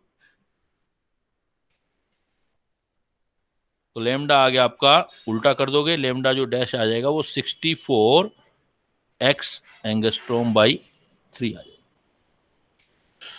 अगर एक ही दे रखा है, एक ही साइड है, तो फिर तो एक ही फार्मूला यूज करो, वैल्यू पुट करो, आंसर आ जाएगा। अगर आपको दो इंफॉर्मेशन दे रखी है तो पहले वाली इंफॉर्मेशन में always you need to calculate the value of R, because R is constant. R का वैल्यू कैलकुलेट करके दूसरी जगह पे रख दो, जो इंफॉर्मेशन है वो दे दो आप, तो आपका जो है लेमडा निकल आएगा। तो देखो हाइड्रोजन स्पेक्ट्रम में 2 पड़ाव पे पहुंच गए हम। सर, हाँ बोलो। सर इसको कट करके 3/16 नहीं आना था 64 की जगह? किसको कट करके कहा किया ये? अच्छा इधर 4x भी है, yes yes, one thing more, देखो इधर देखो, ये मिस हो गया। 1 अपॉन 4x था इधर, इनटू ये 12 था 3, ये मैंने नहीं ठीक तो किया मैंने, 4 से 3 कैंसिल कर दिया ना, ये 4 3, यस सर, यस सर, ये 3 आ गया, फिर 16 इंटू 4 64 आ गया ना। Yes sir. कैलकुलेशन चेक कर लिया करो, ये तो मैनुअल एरर है, हो भी सकता है। तो देखो दूसरा पॉइंट ये आ गया कि आप लेमडा कैसे कैलकुलेट करोगे, और इस टॉपिक का लास्ट पॉइंट ये आता है कि आपको स्पेक्ट्रल लाइन कैलकुलेट करनी होती है कि how many possible spectral lines are obtained in hydrogen spectra. Case third,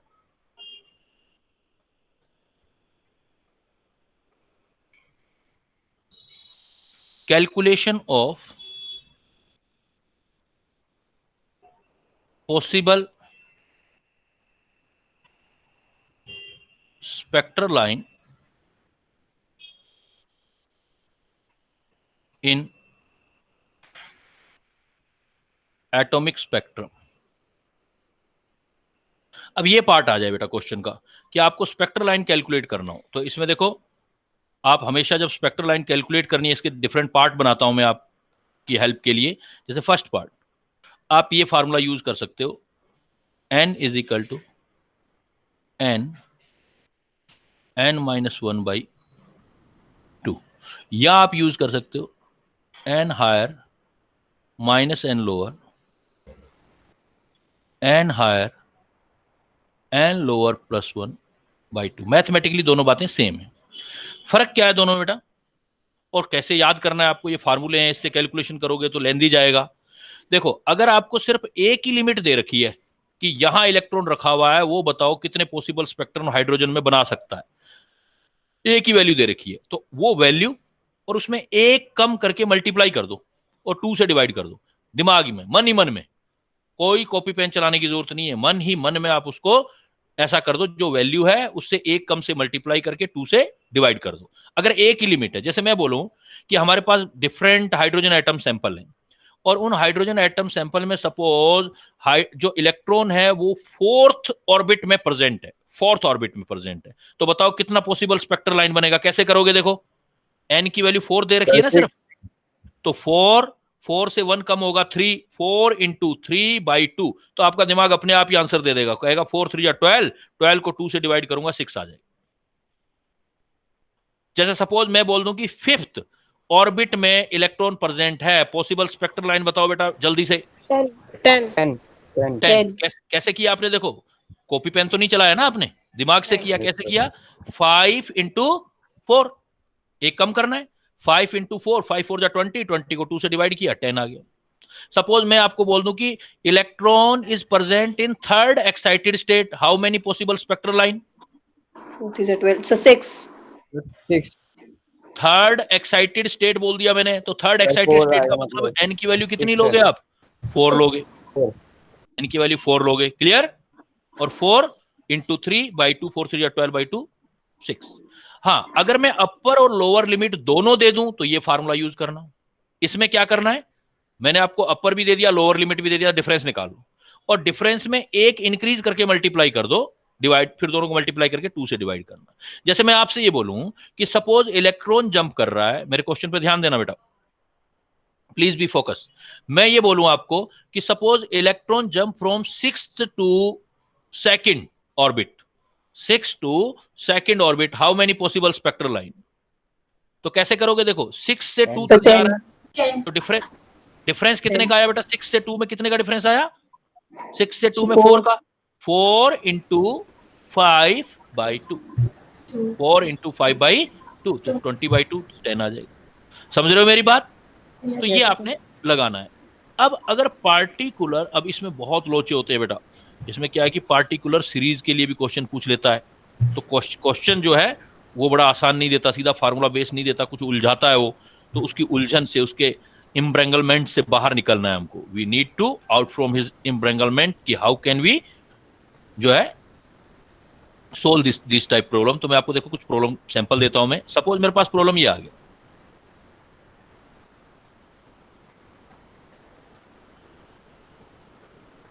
how many possible spectral line are obtained in emission spectrum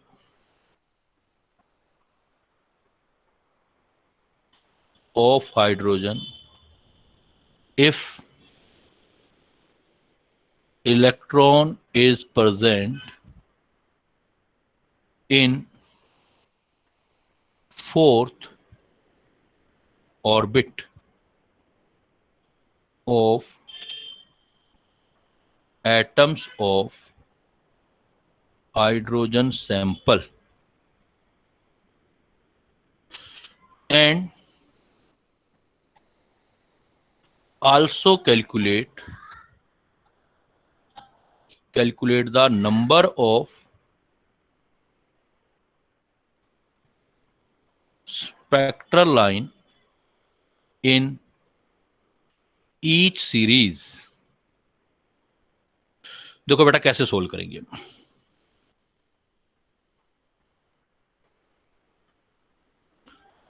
वो क्या कह रहा है, how many possible spectral line are obtained from emission of hydrogen spectrum, electron is present fourth. हमें सिर्फ एक state के बारे में बता दिया उसने, फोर्थ के बारे में। एक तो फोर्थ पे ध्यान देना है, इसका मतलब एन की सॉल्यूशन ऐसे निकालेंगे। एन का वैल्यू कितना आ गया बेटा, 4। दूसरा देखो हाइड्रोजन सैंपल बोल दिया, एटम्स ऑफ हाइड्रोजन सैंपल। अभी ना, अभी क्लास एंड होने से पहले 2 मिनट में एक चीज और बताऊंगा आपको कि भाई जो बच्चे सक्सेस होते हैं, जो ज्यादा बच्चे क्लियर करते हैं एग्जाम, उनमें कॉमन क्या चीज होती है उस पर बात करेंगे अपने। लेकिन अभी हम टॉपिक की बात करते हैं एक बार। तो n इज इक्वल टू 4। तो एटम्स ऑफ हाइड्रोजन सैंपल में एटम्स, बहुत सारे एटम्स हैं। ओके, जब बहुत सारे एटम्स होते हैं बेटा, तब आप ये फार्मूला आपका एप्लीकेबल होता है, n इज इक्वल टू, जो अभी आपने पढ़ा, n-1/2। तो n इज इक्वल टू 4 है, तो स्पेक्ट्रल लाइन निकाल लेते हैं अपने, 4 सर 6 सोल्व कर लेते हैं, 4/2। तो कितना आ गया हमारे पास, कितनी पॉसिबल स्पेक्ट्रल लाइन आ गई, 6। It is very easy question, यहाँ तो कोई प्रॉब्लम ही नहीं है, फार्मूला बेस्ड क्वेश्चन है। लेकिन इसके साथ मैंने देखो एक चीज और जोड़ दी, and also calculate the number of spectral line in each series. तो सीरीज जो है, अब नंबर 4 है, 4 से कहां कहां जंप किया होगा, फर्स्ट पे, सेकंड पे, थर्ड पे, सारी प्रोबेबिलिटी है ना। तो आप एक काम करोगे, जब ये टोटल एन बनानी है, कौन कौन सी लाइन की हो सकती है, तो Lyman, Balmer, Paschen, bracket, fern, Humphry. तो देखो लाइमन में कितनी लाइन होगी, जो आपका एन आ जाए, एन कितना है आपका, देखो 4 है ना। तो लाइमन में फर्स्ट ऑर्बिट पे अगर पहुंचा होगा वो, तो लाइमन में 4 को छोड़ करके एक कम कर देना, मतलब 4 है तो यहां 3 लिख देना, 3 प्लस, अब कम करते जाओ एक एक, 3 2 1, इधर 6 बन गई, देखो 3 और 2 5 और 1 6, बाकी सब जगह 0। तो इवन आप, मतलब सीरीज जो है, किस सीरीज में कितनी लाइन बनी है वो भी आप बता सकते हो, कि टोटल स्पेक्ट्रल लाइन इस क्वेश्चन से आपको पता लग गया कितनी बनी, 6। लेकिन कितनी लाइन कौन सी सीरीज में बनी है ये कैसे करोगे, लिख लो ऐसे, Lyman, Balmer, Paschen, bracket, fern, Humphry. और n इज इक्वल टू 4 है, तो लाइमन में फर्स्ट में पहुंचने के लिए 3 लिखो, 3, 4 से एक कम कर दो, और इधर एक कम करते चलते जाओ, तो आपकी स्पेक्ट्रल लाइन जो है टोटल 6 आ जाएंगी। और प्रैक्टिकली बना के भी देख सकते हो, देखो वो अगर वैसा थोड़ा टाइम टेकिंग होगा, लेकिन वो तो सबसे बेस्ट वे है। देखो टोटल 4 हो गए, 1 2 3 4। तो कहां से बन सकती है, देखो लाइमन में कहां कहां से बन सकती है, लाइमन में यहां से यहां आ सकता है, यहां से यहां आ सकता है, और यहां से यहां आ सकता है इलेक्ट्रॉन, 3 तो लाइमन की होगी। बामर में कहां से बन सकती है, बामर में सेकंड तक आनी चाहिए, तो सेकंड वाला देखो यहां से यहां आ सकता है, और यहां से यहां आ सकता है, 2 लाइन बामर की होगी। पाशन में कितनी बन सकती है, 1। तो ये पाशन वाली देखो, पाशन में ये रह गई थी ये, अब ये और ये तो सेम ही है ना, क्योंकि एनर्जी डिफरेंस सेम है, तो एक ही कंसिडर करोगे। तो देखो लाइन कितनी बनी, 1, सबका एनर्जी डिफरेंस अलग अलग है, 1 2 3 4 5 6। बट इवन में आपको इधर भेजता ही नहीं, मुझे इसकी जरूरत नहीं है, आपको क्वेश्चन करवाना है मैं इससे करवा लूंगा, क्योंकि ये तो मुझे इंजीनियरिंग वाले बच्चे होते हैं तो उनकी कैलकुलेशन समझानी होती है उनको। आप तो सीधा काम करो। अब total possible spectral line n is equal to 4 है, तो 4 है तो थोड़ा लॉजिकली करना है, बट 4 है तो आपको टोटल पॉसिबल बनानी है, तो लाइमन की भी निकालो, बामर की भी निकालो, पाशन निकालोगे कैसे, जितनी आपकी है उससे एक कम कर दो वो लाइमन, और फिर एक एक कम करते चले जाओ।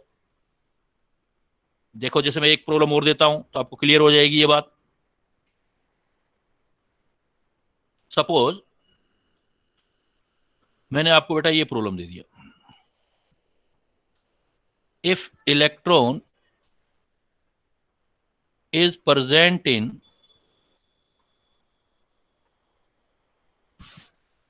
fifth excited state of atom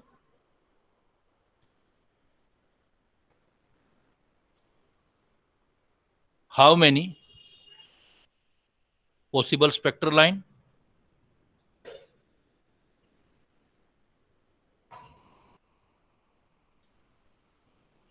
in each series?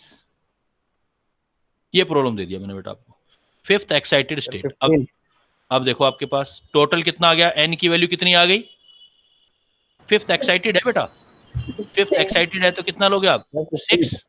Total बिल्कुल सही सही कह रहे हो बेटा, बिल्कुल सही कह रहे हो। 6 स्पेक्ट्रल लाइन है तो क्या फार्मूला होगा? 6 × 5/2 15। तो टोटल लाइन तो आ गई 50।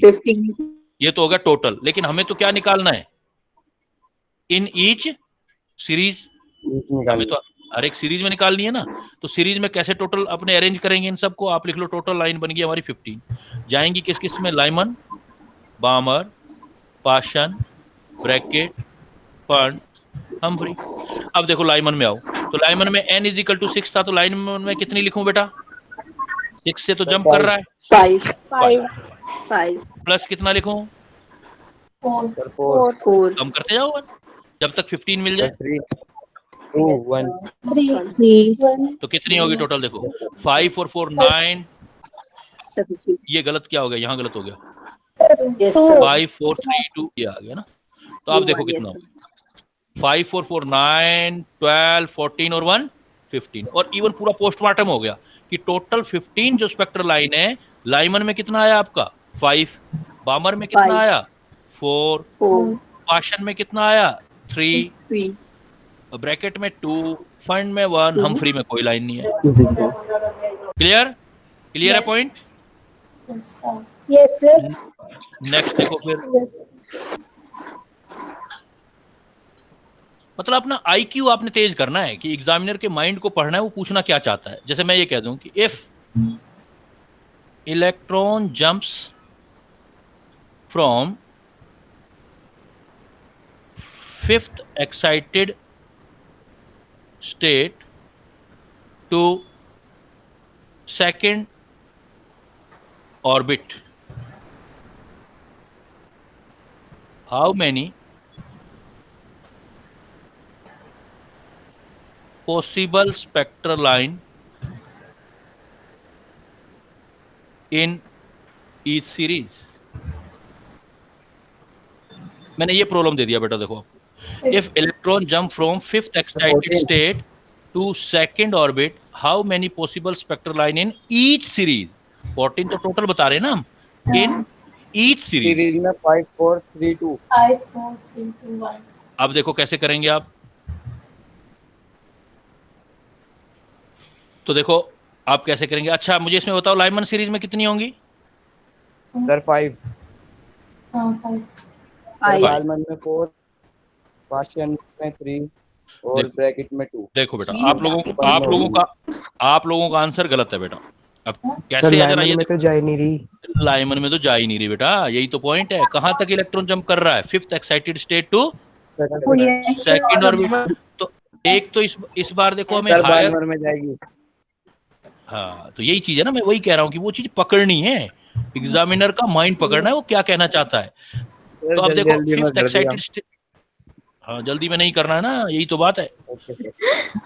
तो fifth excited state to second orbit, देखो फिफ्थ एक्साइटेड स्टेट है तो आपको हायर एनर्जी लेवल मिल गया 6, लोअर मिल गया सेकंड। तो इसका मतलब एक बात तो दिमाग में बिठा लो कि फर्स्ट में तो जाएगी नहीं, तो no line in Lyman series. पूछ लेगा, वो उलझा देगा, कहेगा यहाँ से यहाँ जंप कर रहा, बताओ लाइमन में कितनी होगी? तो लाइमन में तो इलेक्ट्रॉन पहुंचा ही नहीं है, जंप होगा ही नहीं। अब टोटल पॉसिबल स्पेक्ट्रल लाइन बनाओ n, ये क्या बताया था? n higher minus n lower, n higher n lower. और मैंने इनमें उलझाया ही नहीं आपको, मैंने तो कुछ और ही बताया था आपको कि दोनों का डिफरेंस ले लेना, उसमें से एक ज्यादा करके मल्टीप्लाई करके 2 से डिवाइड कर देना। तो 6 और 2 का डिफरेंस कितना है? यहाँ देखो 6 और 2 का डिफरेंस 4, और डिफरेंस में 1 ऐड किया 5/2। तो कितनी लाइन बनी? 10 लाइन आई आपकी, क्योंकि इसमें हायर और लोअर दोनों लिमिट दे रखे थे, तो ये फार्मूला लगेगा n is equal to n higher minus n lower plus n higher minus n lower plus 1/2। तो देखो 15 बता रहे थे आप, कितना आंसर आया 10। अब हुआ कहाँ, आंसर गलत कहाँ हुआ ये देखो जरा, क्योंकि हमने लाइमन वाले काउंट कर ली, लाइमन में तो है ही नहीं ना। तो अब मैं कैसे काउंट करूंगा भाई, वैसे मुझे ऐसे काउंट करना था, n Lyman Balmer Paschen bracket fern Humphrey. होना क्या चाहिए था, लाइमन में 6 है तो इधर क्या आना चाहिए था, 5 4 3 2 1 0 होना चाहिए था ना। लेकिन लाइमन में क्या है, नो लाइन इन, क्योंकि लाइमन में पहुंचा ही नहीं, तो वो 5 लाइन मिस हो गई। समझ गए मेरी बात, वो वाली 5 लाइन मिस हो गई, लाइमन में गया ही नहीं, लाइमन में 0 है, तो बाकी ऐड करो, देखो कितना आया, 10 आ गया। 4 3 7 8 9 और 10 हो गया ना। तो इसका मतलब आप ये भी बता सकते हो कि क्वेश्चन को आपने बेटा बड़े ध्यान से देखना है कि क्वेश्चन कैसे करोगे। और एक बात, वन थिंग मोर, कि यहाँ पर आप क्या है कि एक चीज आपने और देखनी है कि अगर आपको हाइड्रोजन स्पेक्ट्रम ना दे के आपको 1 एटम दे दे, स्पेशली 1 एटम, स्पेशली ये बहुत कम देता है इंजीनियरिंग मेडिकल वालों को, लेकिन फिर भी आ जाए, if only 1 atom of hydrogen is present, if only 1 atom of hydrogen is present, then number of possible spectral line, ये फार्मूला लगा देना बेटा, n इज इक्वल टू जहां से आ रहे हो -1, ये लगा देना। if only 1 atom of hydrogen is present, then number of possible spectral line n-1, total ऐसे बनेगी अगर 1 हाइड्रोजन एटम है। ये अगर स्पेशल दे रखा हो, स्पेशल केस है, दे रखा हो आपको ऐसा, जनरली आपको ये देता नहीं है, जब तक 1 एटम लिखा हुआ ना देखो तब तक मत यूज करना इसको। अगर 1 एटम आ जाए then you can use this formula n is equal to n-1। Why, क्यों, इसका मतलब फार्मूले कुछ नहीं है, नॉलेज है कि कितना स्पेक्ट्रल लाइन बनाना है, ये आपको ऑब्जर्वेशन आना चाहिए, कैलकुलेशन करनी आनी चाहिए। जैसे सपोज मैं बोलता हूँ example, if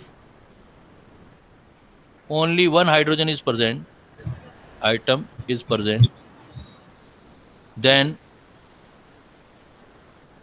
possible spectral line for electron in third excited state। 2 देखो 3 सर 3 एक तो थर्ड एक्साइटेड स्टेट दे रखा है, तो अब क्या हाइड्रोजन एटम भी 1 दे रखा है सिर्फ, तो n इज इक्वल टू क्या लगाओगे, n-1, और n-1 होगा तो थर्ड एक्साइटेड स्टेट है तो 4 लोगे ना, 4 - 1 3, और इसमें भी क्या है 3 करोगे, लाइमन बामर पाशन सब में 1 1 आएगी,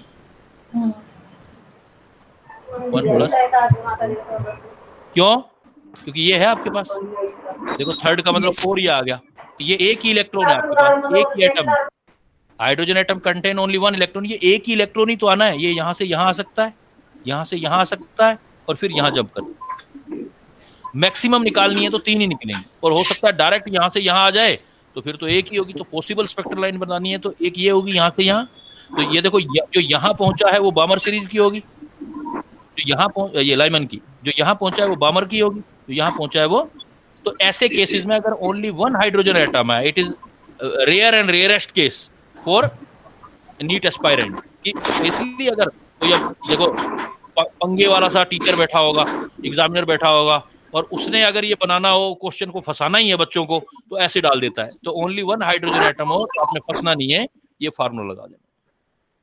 क्लियर बेटा? तो इन टुडे क्लास सर हाँ बोलो, वो ये भी तो पूछ सकता है कि लाइमन के लिए बताओ, इसमें तो एक ही हो जाएगी सर। यस सर, हमेशा हमेशा एक ही आएगा। अगर मान लो थर्ड एक्साइटेड स्टेट से सेकंड कहता तो लाइमन में आता ही नहीं, जब इलेक्ट्रॉन ही नहीं जाएगा तो जो है वो आपका स्पेक्ट्रम नहीं बनेगा। तो इन टुडे क्लास क्या पढ़ा हमने कि आज हमने हाइड्रोजन एटम को हाइड्रोजन स्पेक्ट्रम अच्छी तरह से समझा है। और इसमें 3 टाइप के क्वेश्चन है बेटा। पहला है कि सीधा वेवलेंथ कैलकुलेट करना, यस सर। और दूसरा है उसकी थ्योरी, हाइड्रोजन स्पेक्ट्रम कौन सा किस रेंज में आएगा। जैसे पिछले साल क्वेश्चन आया था, वो उसने ही asked about the region of Lyman series, तो अल्ट्रावायलेट रीजन था, तो अल्ट्रावायलेट रीजन पूछा है उसने। तो ऐसे पूछता रहता है आपसे। और थर्ड जो है वो कैलकुलेशन पूछता है, how many spectral line are present. And you know, I told you one thing कि in at the last of the class I will tell you one mantra of success. जो ज्यादा सक्सेसफुल स्टूडेंट होते हैं उनका क्या common चीज होती है उनके अंदर। तो बेटा उनके अंदर सबसे बड़ी कॉमन चीज ये होती है कि जब कोई भी टीचर, कोई भी आपका टीचर है, जब वो पढ़ाता है तो वो उसको सुनते बहुत हैं और बोलते कम हैं। और जब कंप्लीट हो जाता है टॉपिक तब वो बोलते हैं और टीचर सुनता है।